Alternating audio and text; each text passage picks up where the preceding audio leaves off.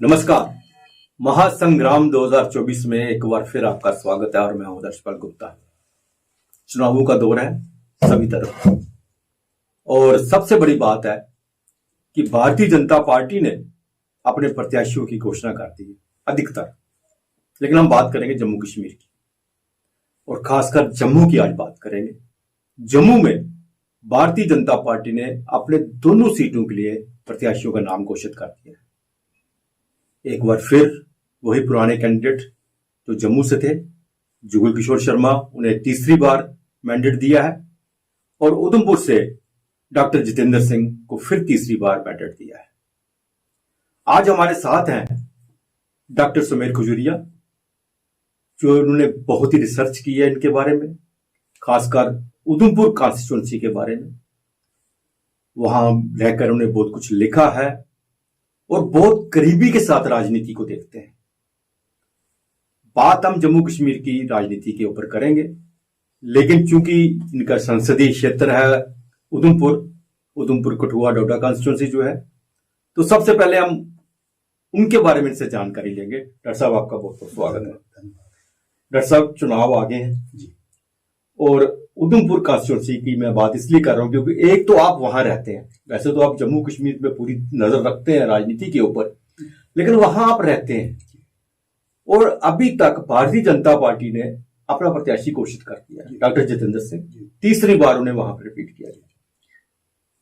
आजाद party ने सरूडी को अपना कैंडिडेट वहां बनाया है, लेकिन उनकी रीजनल में कितना है कितना नहीं है वो सब मैं आपसे जानूंगा।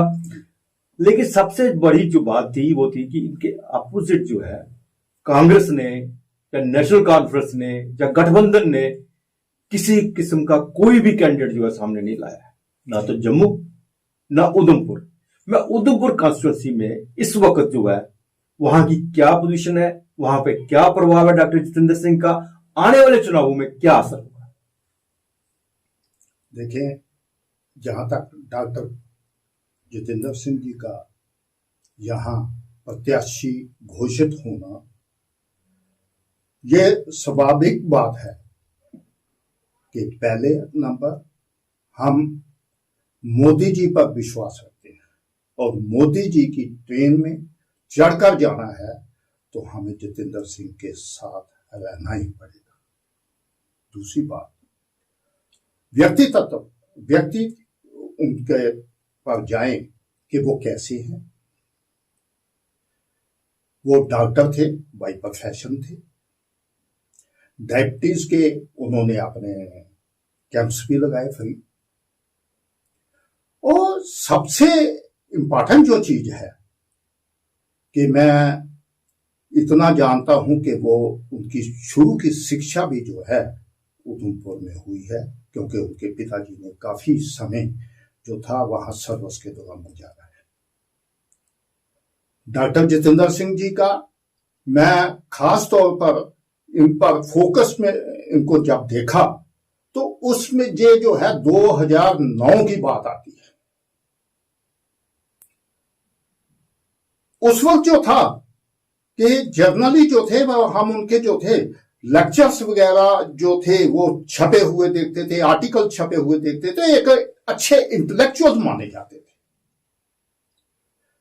और इनका रोल जो माना गया है वो अमरनाथ संघर्ष समिति, उसमें बहुत ज्यादा रोल हुआ है।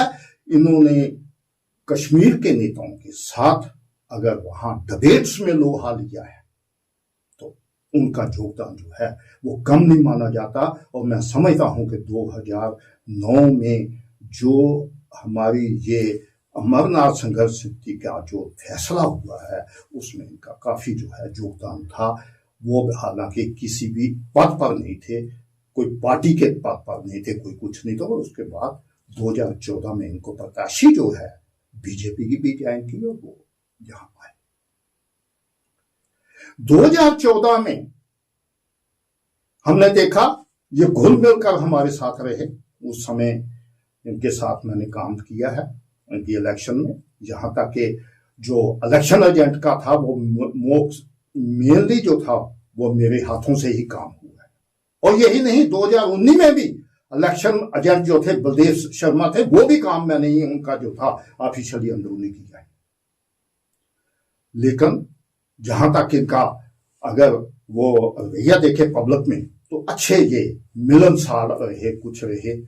और सबसे बड़ी बात ये है कि हमारा सर ऊंचा उस समय होता है कि एक तो हमारे उधमपुर कॉन्स्टिट्यूंसी के बेसिकली ये रहने वाले डोडा डिस्ट्रिक्ट, पुराने डोडा डिस्ट्रिक्ट के हैं, और दूसरा वहां जाकर ये वहां गए हमारे नुमाइंदा चुने हुए, तो विश्वास जो था उन्होंने वहां लीडरशिप का भी लिया, उन्होंने पार्लियामेंट में भी अपना जो था वो एक अपनी जो लोहा जो था वो मनवाया गया। अपोजिशन के साथ जो था डिबेट में उन्होंने जगह जगह हिस्से लिए हैं। मैं समझता हूं कि एक बार मैंने ये सुना कभी डिबेट्स में, हमारे वरिष्ठ वकील हुआ करते थे जेठमलानी जी, उन जैसा जो था वो क्रिटिक्स रहे हैं, अपनी पार्टी के लोगों को उन्होंने नहीं बख्शा है, लेकिन उनके मुंह से भी अगर मैंने तारीफ सुनी है, प्रशंसा सुनी है, तो वो जेठमलानी जी से भी सुनी। डॉक्टर साहब, मैं एक अभी कल ही गुलाम नबी आजाद ने एक रैली की, एक मीटिंग की, क्योंकि उन्होंने भी अपना कैंडिडेट खड़ा किया हुआ है। वो कह रहा है कि पिछले 20 सालों से हमने पार्लियामेंट में गूंगे पैरे बेचे हैं। उनका जो कहने का मतलब यही था कि आवाज नहीं थी, चुप करके बैठते थे। लेकिन आजाद साहब को मैं ये बता दूं, आप तो खुद पार्लियामेंट में रहे हो, आपको तो अच्छी तरह पता होना चाहिए कि मैं आजाद साहब को जो बता दूं कि पार्लियामेंट के अंदर पिछले 10 सालों में उधमपुर कॉन्स्टिट्यूंसी ने जिसने बात की है वो डॉक्टर जितेंद्र सिंह है। मैं डॉक्टर साहब आपको एक छोटा सा क्लिप दिखाता हूं कि हिंदुस्तान के बड़े से बड़े नेता, बड़े से बड़े मंत्री ने, प्रधानमंत्री ने, जिसका नाम आपने जेठमलानी जी का भी लिया, स्वर्गीय जेठमलानी ने किस तरह से डॉक्टर साहब की तारीफ की है। इसी धरती के संतान मेरे साथी डॉक्टर जितेंद्र सिंह जी,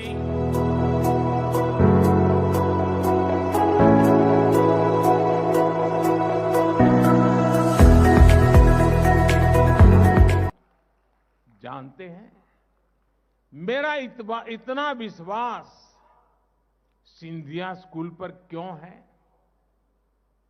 क्योंकि आपके स्कूल के कुछ एलुमनाई को भी मैं भी बहुत करीब से जानता हूं। पीएमओ में राज्य मंत्री भाई जितेंद्र सिंह जी मंच पर बैठे हैं, वो आप ही के स्कूल के में पढ़े हुए हैं। Honorable members, we are in full collaboration. The Honorable Minister must have been a very serious student of Shakespeare. He, in his speech, has taken to Julius Caesar, and our Jairam Ramesh has not interrupted him.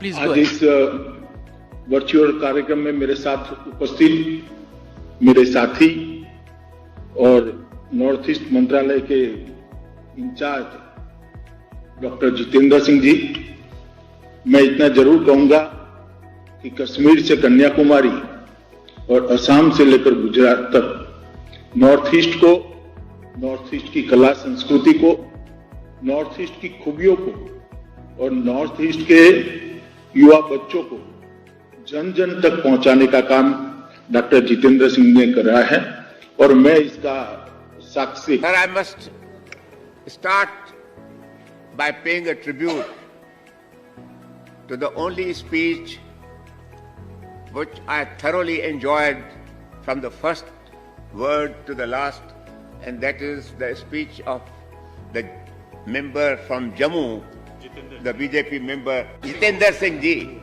My apologies, but I must say that I was terribly impressed by the speech which you delivered. बात जरूर है कि school का नहीं है कि श्रेय किसी को है। तो मैं जब से मंत्री बना, सबसे मेरे यहाँ चक्कर काटने के लिए जितेंद्र सिंह बार बार आपके थे और मुझे कहते कि एक ब्रिज बना दो, एक ब्रिज बना दो। मैंने तो अपने कर्तव्य का पालन किया, पर जितेंद्र सिंह जी अगर पीछे नहीं करते, तो शायद ये स्कूल आपको नहीं मिलता। इसलिए उनके लाइफ का एक पॉलिटिकल स्थिति पूरा होना है। मैं उनको बहुत बहुत धन्यवाद देता हूँ। और आप सुबह ये कटरा से लेकर ये सब काम जो हुआ है, इसमें मैं बहुत धन्यवाद दूंगा जितेंद्र सिंह जी को कि हर काम के बारे में मेरे पीछे लगातार वो पीछे, तो उनको भी मैं धन्यवाद देता हूं कि उनके बहुत से सपने पूरे हो रहे हैं। मेरे तरफ से उनको बहुत बहुत बधाई। मैं आपको एक बात बताना चाहता हूं, आपके सांसद महोदय की बात, जो कि प्राइम मिनिस्टर ऑफिस में मंत्री हैं, हमारे सबके बहुत ही सम्माननीय हैं, डॉक्टर जितेंद्र सिंह जी, जिन्होंने कसर नहीं रखी। जिस दिन से मैंने चार्ज संभाला, अश्विनी जी डीएमयू ट्रेन चलानी है, अश्विनी जी कटरा स्टेशन में ये करना है, अश्विनी जी जम्मू में ये देखना है, इतना मजा आता है उनसे बात करते ही। एकदम फोर्सफुली आपके प्रॉब्लम्स को डॉक्टर जितेंद्र सिंह जी रखते हैं। कहीं भी कोई पॉइंट हो, एक आग्रह के साथ, एक विश्वास के साथ, और एक बड़े भाई जैसे छोटे भाई को कहता है अश्विनी ये करना यार, तो वो वाला जो फीलिंग है बड़ा अच्छा लगता है। तो मैं आज उनको भी धन्यवाद देना चाहता हूं कि जितना आग्रह के साथ आपकी सब बात वो रखते हैं, उनको भी मैं कंसल्ट करूंगा, उनके साथ सब विषयों पे चर्चा करूंगा। Dr. Jitendra Singh, the dynamic Honorable Union Minister, who I am sure will lead this institute to a new height and facilitate its journey towards excellence. I welcome Dr. Jitendra Singh ji, Honorable Union Minister.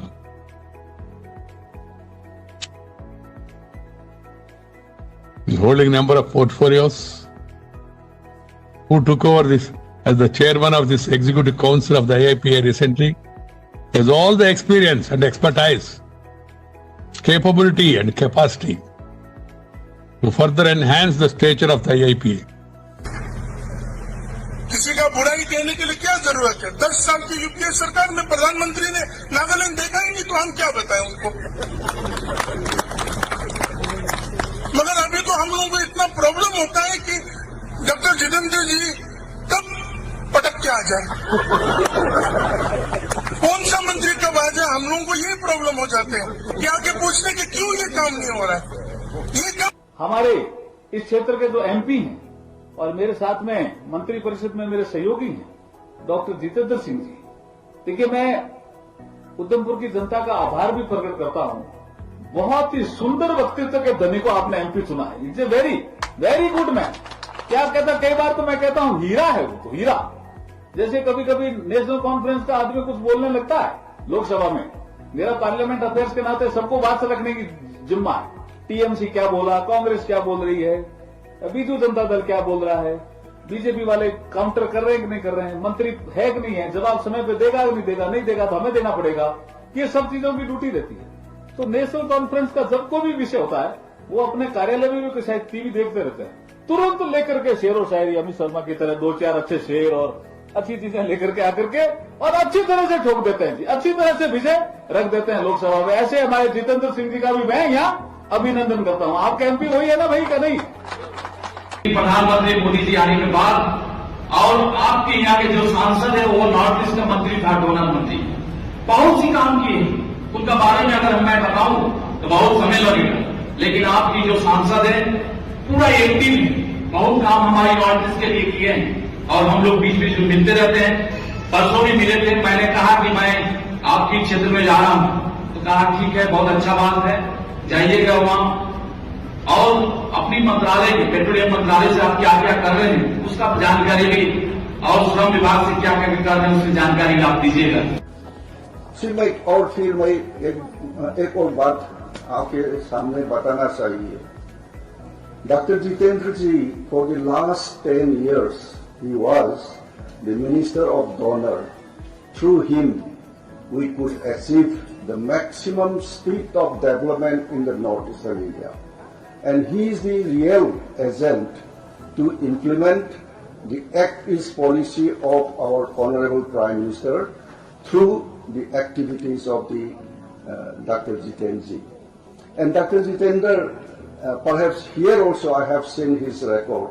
The whole 2.5 crores of rupees of his MP area development fund was totally devoted given to the COVID combat system, establishment of the oxygen plant, and many things.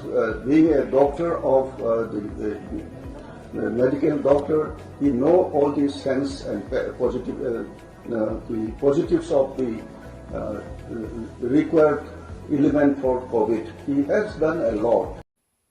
इसमें सबसे बड़ी बात यह है कि जहां तक मोदी जी का विश्वास, आप समझते हैं कि पीएमओ में मंत्री रहना ये कोई छोटी बात नहीं है। मोदी जी जो 18 घंटे खुद काम करते हैं, आप क्या समझते हैं कि ये जितेंद्र जी को ये आराम से बैठने देते होंगे? रात को भी वो काम करवाते होंगे और उनके साथ चलना आसान बात नहीं। तो 10 साल से उनके साथ चल रहे हैं। और ये नहीं, मैं आपको एक मिसाल दे रहा हूं। इनके काफी क्लोज साथी वो थक गए। कौन? जेटली साहब। उन्होंने खुद बोला अब हम काम नहीं कर सकते, क्योंकि 18 घंटे मोदी जी काम करते हैं, 12-14 घंटे वो भी उनसे भी काम लेते थे। सुषमा जी ने अपने आप को सरेंडर किया और ये काम कर रही। और ये भी नहीं, इतना विश्वास है कि नॉर्थ ईस्ट में जब ये इंचार्ज रहे, नॉर्थ ईस्ट में हमारा जो बीजेपी का था वो कोई पानी देने वाला नहीं था। वहां आज जो है अगर ढंका बीजेपी का बज रहा है तो वो डॉक्टर साहब की देन है, क्योंकि इन्होंने स्कीमें घर घर पहुंचाई। ठीक है, मोदी जी का उनको पूरा पीठ पर हाथ था, लेकिन फिजिकली ग्राउंड पर कोई चीज वहां लाना, वहां के लोगों का विश्वास जीतना, उसमें बहुत ज्यादा योगदान जो था भारत के काम में, भारत की प्रकृति में, भारत के सबके साथ जो मोदी जी का है नारा, सबका साथ सबका विकास, वो अगर विश्वास उन्होंने गेन किया है तो मोदी जी के लिए वो जितेंद्र सिंह जी का बहुत ही ज्यादा हाथ है। हम अगर इनकी कॉन्स्टिट्यूंसी में नजर डालें तो मेरा ख्याल है डेवलपमेंट का जो 10 साल में हुई है, पिछले 70 साल में वहां नहीं हुई। जो कुछ जम्मू में आया है, और खासकर कठुआ की बात करो, उधमपुर की बात करो, भद्रवाह की बात करो, कहीं डोडा की बात करो, क्या कुछ नहीं लाया यहाँ पे। पूरे हिंदुस्तान की नजर जो है इस वक्त इस कॉन्स्टिट्यूंसी पे है डेवलपमेंट के ऊपर। देखिए आप, मैं खाली उधमपुर ही नहीं लूंगा, वो जो है मैं कहूंगा कि इन्होंने डिस्क्रिमिनेशन की, वो ऐसी बात नहीं। डॉक्टर साहब का पीएमओ में रहना पूरे जम्मू कश्मीर में 4 चांद डेवलपमेंट में लगाए हैं। ये बात अलग है, उसमें कुछ आंसर जो है वो गलत भी हो सकता है, वहां डॉक्टर ने थोड़ा पीछे पीछे जाना था। स्कीमें इन्होंने जगह जगह पहुंचाई। आज विकसित भारत की बात कहते हैं तो कोविड का ही आप स्टार्ट कीजिए। कोविड में अगर जम्मू कश्मीर को बचाया है तो जितेंद्र सिंह जी की बहुत ज्यादा देन है। कोविड का भी आप जो है उसको नजरअंदाज नहीं कर सकते। भारत में तो हुआ, यहां इनका बिल्कुल। दूसरी बात, एजुकेशन की लीजिए, विकसित भारत कैसे बनेगा, इंडस्ट्रियलाइजेशन, एजुकेशन, टेक्निकल एजुकेशन और बाकी चीजें।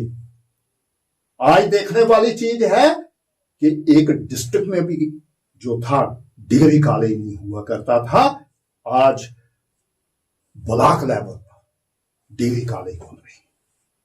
ये डॉक्टर साहब का दिए। 2 मेडिकल कॉलेज है। मेडिकल कॉलेज तो दिए, एम्स दिए, IIM दिया, IIT दी, और क्या देना था। ये इन्हीं किया।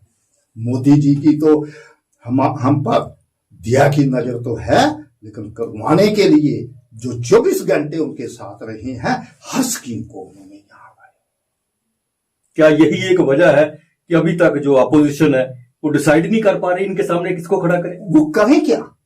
आज मैं 2-4 चीजें, एक लीडरशिप के लिए 2-3 चीजें होनी चाहिए। एक एजुकेटेड चाहिए, दूसरा बोलने वाला चाहिए, तीसरा विजन चाहिए और चौथा मेहनती चाहिए और लोगों के प्रति उनके दुख दर्द हर चीज में भी ध्यान रखे, ताकि वो स्कीमें जो भारत में बने वो अपनी कांचोसी में पूरे जम्मू कश्मीर में लाएं। और यही नहीं, आज जो है ये जो दंगल चला है, आज लोगों को सोचने के लिए उम्मीदें क्या है, आज ये सोचने वाली बात है। जिसका वो बोलते थे, आज 2019 से पहले की बात कीजिए, कहते थे मंदिर वहीं बनाएंगे, तारीख नहीं बताएंगे, बना। ये बीजेपी की देन है। 370 के लिए कोई आदमी की ताकत नहीं थी कि 370 टूटेगी, टूटी। और आज वो कहते हैं जी हमें क्या मिला। उन लोगों को ये सोचना होगा, जाओ डोडा के लोगों को पूछो मिलिटेंसी में क्या हुआ है।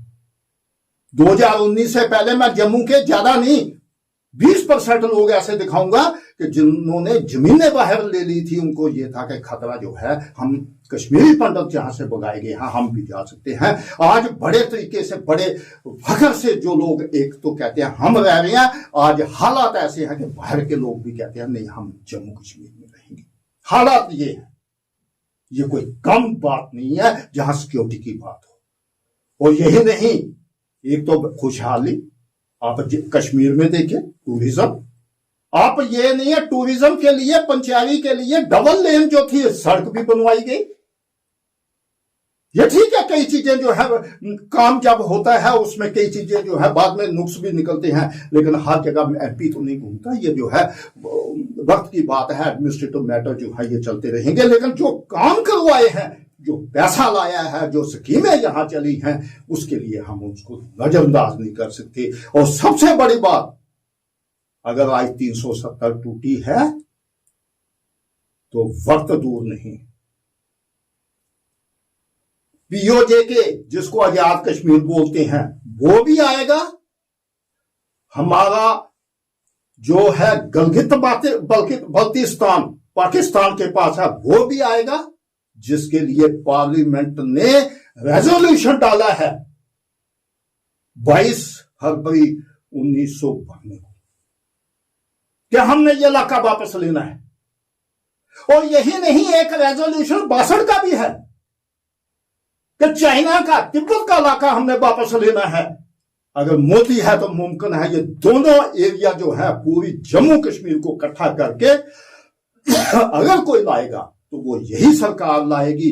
2,22,226 किलोमीटर जब हमारा जम्मू कश्मीर पूरा इकट्ठा होकर जहां होगा तो वो जो है उस डेवलपमेंट के लिए आज सोचना होगा, खाली जम्मू कश्मीर नहीं पूरे भारत को, कि हमें भारत का जो है एक मुख हमारा जम्मू कश्मीर था, इसके जो अंग बिखरे हैं उसको जोड़ने के लिए आज हमें जितेंद्र सिंह जी को नहीं नजरअंदाज कर सकते। भारत को अगर खड़ा करना है तो हमें इनके साथ पग पग पर चलना होगा। डॉक्टर साहब बहुत बहुत शुक्रिया आपका, आपने उधमपुर कॉन्स्टिट्यूंसी के बारे में इतना सबको बताया। अगले एपिसोड में हम आपसे जम्मू के बारे में बात करेंगे। तब तक हम दर्शकों से इजाजत लेते हैं, अगले एपिसोड में फिर उनसे मुलाकात करेंगे। तब तक इजाजत दीजिए, नमस्कार।